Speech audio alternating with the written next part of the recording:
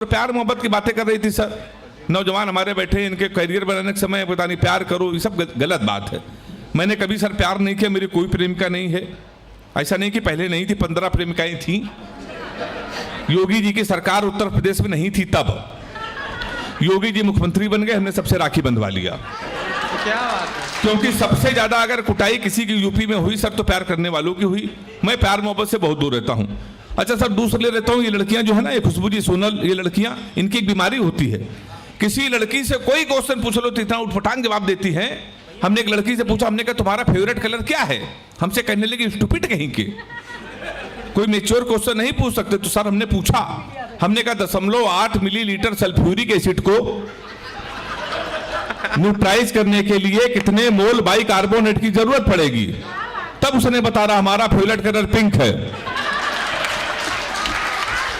तो मैं बहुत दूर रहता हूं सर, सही बता रहा हूं मैं आपको। भैया कमाल। लड़कियों की एक बीमारी और है, बीमारी सही हो तो इस बार हाथ उठा के ताली बजाना। किसी लड़की को गौर से देख लो तो कहेंगी देखो कैसे कुत्ते की तरह देख रहा है, ना देखो तो कहेंगी कुत्ता देख भी नहीं रहा है। आगे वाले भी ताली बजा रहे सारे लोग। अरे भावनाएं आपसे मिलती है सर, अद्भुत ही है, सही बता रहा हूं मैं आपको। दिनेश दादा तो हमारे संरक्षक हैं। कहते हैं यार हेमंत नाम में कुछ नहीं रखा, नाम में कुछ नहीं रखा। सर सही कह रहे थे, नाम में कुछ नहीं रखा है। मुस्कान नाम था उसका, हमारा नुकसान करके चली गई।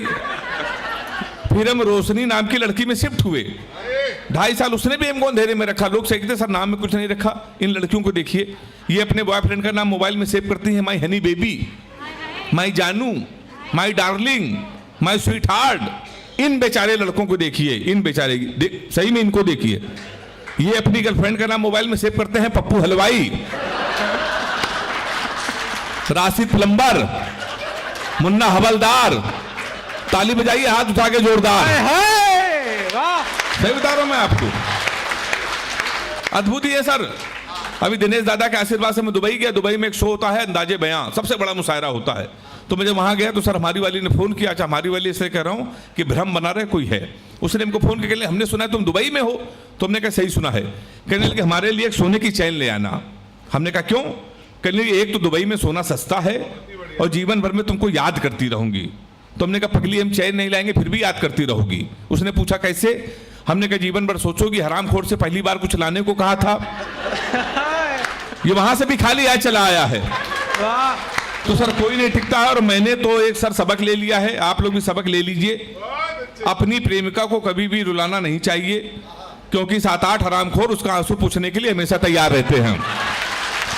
क्या बात है, वो क्या हाथ उठा के ताली बजा रहे हैं आप। सर मैं बहुत दूर रहता हूँ, सही बता रहा हूँ, मैं कोई बुराई नहीं कर रहा। ये लड़कियां बड़ी प्यारी होती, बड़ी इमोशनल होती हैं, कभी कभी बड़ी लाड़ में आ जाती। एक बार हमारी वाली लाड़ में आ गई। उसने हमको 2:30 बजे फोन कर दिया।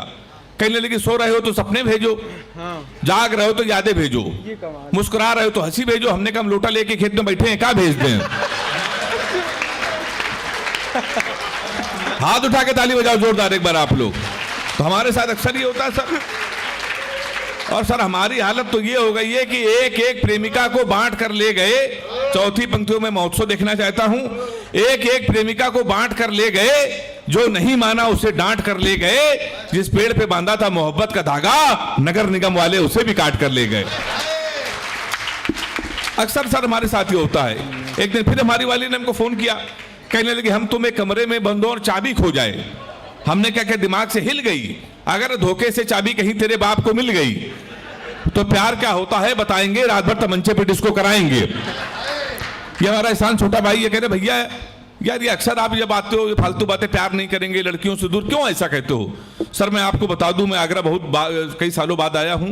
मैं प्यार इसलिए नहीं करता, लड़कियों से केवल इसलिए दूर रहता हूं सर। मेरा एक बचपन का दोस्त है कानपुर का सर, उसने हमको लव स्टोरी सुनाई थी रोते रोते। हमने रोते रोते लव स्टोरी सुनी थी, टिकटॉक पर लाखों में वायरल हुई। तब से हमने कसम खा ली न प्यार करेंगे न किसी को प्यार करने देंगे। वो लव स्टोरी पूरे आगरा को सुना दे रहे हैं। मेरा चैलेंज है, मेरी लव स्टोरी सुनने के बाद अगर हिम्मत हो तो प्यार करके दिखा देना। वो लव स्टोरी कुछ इस तरीके की है सर, जब हम 3 साल के थे तब वो पैदा हुई थी। हम कक्षा 2 में आए, वो KG में आई। हम 5 में आए, वो 4 में आई। हम हाई स्कूल में आए, वो 9th में आई। हम इंटर में आए, वो 1st ईयर में आई। फिर हम एसएससी की तैयारी करने लगे। इंटर के बाद ये तो आईआईटी, तो एसएससी, हम एसएससी की तैयारी करने लगे। हम एसएससी की तैयारी कर रहे थे, फर्स्ट ईयर में आ गई। हम एसएससी की तैयारी कर रहे थे, वो इंटर में आ गई। हम एसएससी की तैयारी कर रहे थे, वो बीए में आ गई। हम एसएससी की तैयारी कर रहे थे, वो एमए में आ गई। हम एसएससी की तैयारी कर रहे थे, उसने बीएड कर लिया। हम एसएससी की तैयारी कर रहे थे, उसने एमएड कर लिया। हम एसएससी की तैयारी कर रहे थे, उसने एमफिल कर ली। हम एसएससी की तैयारी कर रहे थे, उसने पीएचडी कर ली। हम एसएससी की तैयारी कर रहे थे, प्रोफेसर बन गई। शनिवार को उसकी शादी, इतवार को हमारा एसएससी का पेपर है। वाह, अब हिम्मत हो तो प्यार करके दिखा देना। सही बता रहा हूं सर, भैया सही बता रहा हूं मैं आपको। हम लोग सर देखिए, हास्य कभी हम लोगों को लोग गंभीरता से नहीं लेते, लोग आधा पागल समझते हैं। इसी चक्कर में सर हम लोगों के विनोद भाई शादी की बात बता रहे थे, शादी इनकी हो गई, बड़ी बात है। शादी नहीं होती हास्य कवियों की। हमारे घर में सर कई रिश्ते आए, ये पता चला लड़का हास्य कवि, रिश्ते वहीं से लौट गए। अच्छा, दिनेश रघुवंशी जी, आपको मालूम है बहुत बड़े गीतकार हैं, बहुत बड़े कवि हैं, केवल इतना मालूम है। आपको एक बात नहीं मालूम कि सर बहुत बड़े ज्योतिषाचार्य भी हैं। हमारी कई बार शादी कैंसिल हुई तो हमने दद्दू को हाथ दिखाया। हमने कहा दद्दू हमारी शादी कब होगी? तुमसे कहने लगे बेटा 2035 तक कोई मुहूर्त नहीं है। हमने कहा उसके बाद? बोले उसके बाद कोई जरूरत नहीं है। तो सर हमारी आई हुई शादियां कैंसिल हो गई। तो मैं तो कानपुर में रहता हूं, 100 किलोमीटर आगे लखनऊ। पिताजी ने कहा बेटा लड़की पसंद कर ली है, सुबह 11 बजे तैयार हो जाना। अब सर होने वाली लड़की को देखने जाना था। 11 बजे हम नहा धो के सूट वूट बन के तैयार, होने वाली पत्नी को देखने जाना था। 11:15 बजे पिताजी का फोन आया, कहने बेटा हम नहीं जा पाएंगे, तुम जाओ, लड़की पसंद कर लो, लड़की पसंद है ही है, शादी फाइनल कर लो। हम सर 11 बजे नहा धो के तैयार करने के, हमको ऑफिस में काम आ गया है। बेटा एक बात याद रखना कि ब्राह्मण घर में पैदा हुए और ये घर की परंपरा है, पहली बार जब किसी के घर जाते हैं तो बेटा खाली हाथ नहीं जाते हैं, कुछ लेके जाए, कुछ लेके चले जाना। सर हम कानपुर के, हम कट्टा लेके चले गए। फिर 2.5 साल बाद जमानत हुई हमारी, तो जमानत के बाद भी रिश्ते आए। फिर एक दिन हमारी शादी हो गई, बिल्कुल सच्ची घटना। चाहे विनोद भाई से पूछ लो, चाहे दादा से पूछ लो, ईशान भी आया था। 4 साल पहले भारत और पाकिस्तान का मैच था, विश्व कप का सेमीफाइनल, हमारी शादी। हमने पिताजी से कहा पूरा हिंदुस्तान मैच देख रहा है, हमारी आप शादी कर रहे हो? सर नहीं माने, कर दी। भारत और पाकिस्तान का सेमीफाइनल मैच, हमारी शादी। हमारे कुछ कानपुर के दोस्त हमारी बारात में डांस कर रहे थे, कान में मोबाइल लगा के भारत पाकिस्तान सेमीफाइनल मैच की कमेंट्री सुन रहे थे। दोनों काम एक साथ करे, बारात में डांस करे, कान में मोबाइल लगा के कमेंट्री सुन रहे। हम दूल्हे के वेश में सजे थे, घोड़ी के ऊपर बैठे थे। जैसे बारात में पहुंचने वाले थे, एक लड़का घूम के हमारी तरफ चिल्लाया, बोला छक्का। हम डर गए साहब। हमने कहा कहां छक्का? कहने लगा विराट कोहली ने मारा है। तो हमने कहा कोहली ने मारा तो हमारी तरफ क्यों देख रहे हो? शादी के पहले दिन छक्का कह रहा हो, देख के हमको। हमने कब की मारे तो हमारी तरफ ना देखना। पता चला 2 मिनट बाद इंडिया मैं जीत गई। किसी ने खुशी के मारे घोड़ी के नीचे सुतली बम रख दिया। अब वो बम फटा तो घोड़ी भागने लगी, हम भी भागने लगे। हमने चलती घोड़ी से पिताजी को फोन मिलाया। हमसे बोले कहाँ बेटा? हमने कहा पिताजी भाग रहे हैं। बोले किसके साथ? वाह, ताली तो आप लोग ऐसे बजा रहे इसमें बारात आए थे। हमने कहा घोड़ी के साथ। बोले शर्म नहीं आती? भागना तो किसी लड़की के साथ भाग जाते। हमने कहा पिताजी वो बहक गई थी।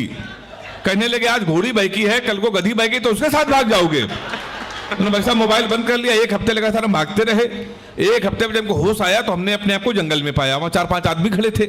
हमने कहा कानपुर का पता बता दो ना, बीबी को विदा कराना है। तो उन्होंने कहा देखो ऐसा है, हमारा रामलीला का पाठ चल रहा है, ये राम है, ये लक्ष्मण है, सूप नखा का रोल जिसे करना था नहीं आया, तुम सूप नखा का रोल कर लो। हमने कहा इसमें क्या करना पड़ेगा?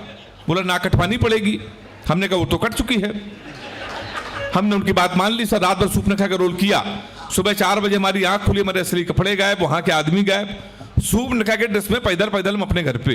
हमारे पिताजी छज्जे के ऊपर खड़े थे। हमने कहा पिताजी पहचाना? उन्होंने हमारी माँ से कहा इसको कटोरा आटा दे दो। हमारे पिताजी नहीं पहचान पाए। हमने आपके पुत्र? बोले हमारे 2 ही पुत्र हैं, एक इंजीनियर के नाक कटवा के घोड़ी के साथ भाग गया है। सर हम ससुराल गए तो हमारे साले ने भगा दिया। हमारे घर के सामने पुलिस थाने गए तो एसपी साहब बैठे थे, हमने उनके पैर छुए। हमने कहा सर हमारे साले के खिलाफ FIR लिख लीजिए। कहने तुम ही हेमंत पांडे हो? हमने कहा कहने के तुम्हारे नाम पहले से FIR है, घोड़ी के अपहरण की। तुमको 2 दिन का समय दे रहे, घोड़ी नहीं आई तो तुम जेल चले जाओगे। उत्तर प्रदेश का बड़ा व्यंग एक टिप्पणी में कर रहा हूं। ये टिप्पणी उत्तर प्रदेश के लिए ही है, ये व्यंग ही उत्तर प्रदेश से 7-8 साल पहले आया था। मेरा व्यंग अगर आप तक पहुंच जाए तो दोनों हाथ उठा के ताली बजा के बताना मेरा व्यंग आप तक पहुंचा। हमने उनके पैर छुए। हमने कहा घोड़ी ढूंढ लाइए। कहने हम पुलिस के इतने बड़े अधिकारी घोड़ी ढूंढ लाए। हमने कहा ढूंढ लाई, कहने पुलिस का काम है घोड़ी ढूंढना। हमने कहा एसपी साहब भैंस तो आप ढूंढ लाए थे। आए हाय, वाह, कमाल। सर